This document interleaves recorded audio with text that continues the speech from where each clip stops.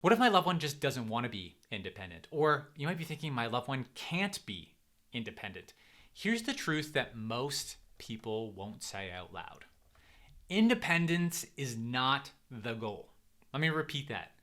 Independence is not the goal, and that's okay. What matters more is supporting your loved one to build a life that's dignified, connected, and sustainable, where your loved one's growing their capability.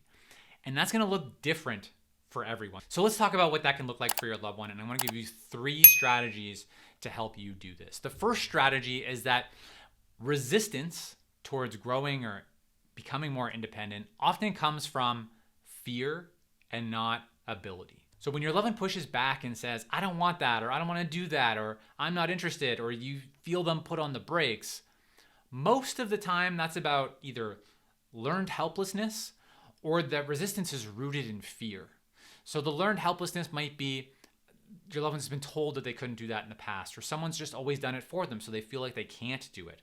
Or maybe it's a fear of losing comfort. I don't want things to change because things are good, things are comfortable right now.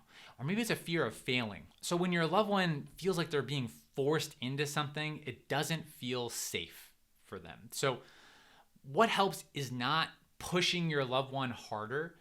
It's pausing and having some reflection and gentle conversations with your loved one.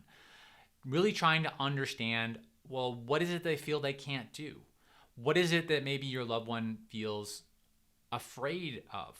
What is it that your loved one might not yet understand? And moving forward, not by pushing your loved one, but stepping into a conversation, inviting your loved one into a conversation and getting deeper understanding, and then figuring out what your loved one is interested in and supporting them in growing in that way as a coach. Strategy number 2 I want to give you is to start small. Capability and choice are way more powerful than you think. Instead of chasing this idea of full independence, instead focus on supporting your loved one to build their capability and focus on small steps. And when I say small steps, it could be as small as helping your loved one learn how to make their own snack, or choosing what to wear in the morning, or paying for something at the store. These are all small steps and examples that help your loved one build dignity, build confidence, and over time, as your loved one learns more of these small steps, learns more capability, it's going to reduce the reliance and the pressure and the stress on you. And here's the thing, choice is power. When we have choice, we feel like we're more in control of our lives, we're more in control of our decisions. And every time your loved one makes a decision for themselves, they're practicing agency. They're getting more control of their life. They're feeling more confident. They're becoming more capable.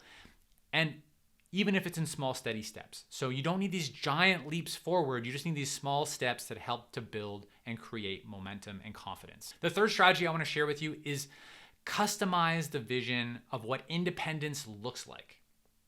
So there's no one size fits all when it comes to this idea of independence. Some people are going to live on their own. Some people are going to live with other people. Some people will always need daily support. Some people will need less support. And it's going to land somewhere in between, right? So you want to think about what that could look like for your loved one, and all different versions are valid. It needs to be customized to your loved one. The key is to build a vision through a customized life plan for your loved one that's based on who your loved one is, what might be best for your loved one, what your loved one's interested in, and what your loved one needs. And when you become clear on that customized vision for your loved one, it becomes that North Star in the sky that you can follow. It gives you clarity as a caregiver. It helps give your loved one more clarity as well. It helps other people to see what's possible for your loved one and gives you direction, gives your loved one room to grow. And it's how you make the most progress. So if you're feeling stuck around what that customized life plan could look like for your loved one, if you're stuck on trying to envision what's possible, you're not alone. However, can take steps forward and confidently find that right vision for your loved one and move forward at a pace that fits your family. So I invite you to go ahead and download down below this video my free life planning one-on-one guide that's going to help you map out the customized vision for your loved one's future and give you the small steps to start to get there. And it's not about being perfect. It's really just focusing on making progress, and I'd love to do that together. So go ahead and download that free guide, that Life Planning 101 guide below this video. Get your free copy. I'm Eric Gall. Together, let's take small steps forward.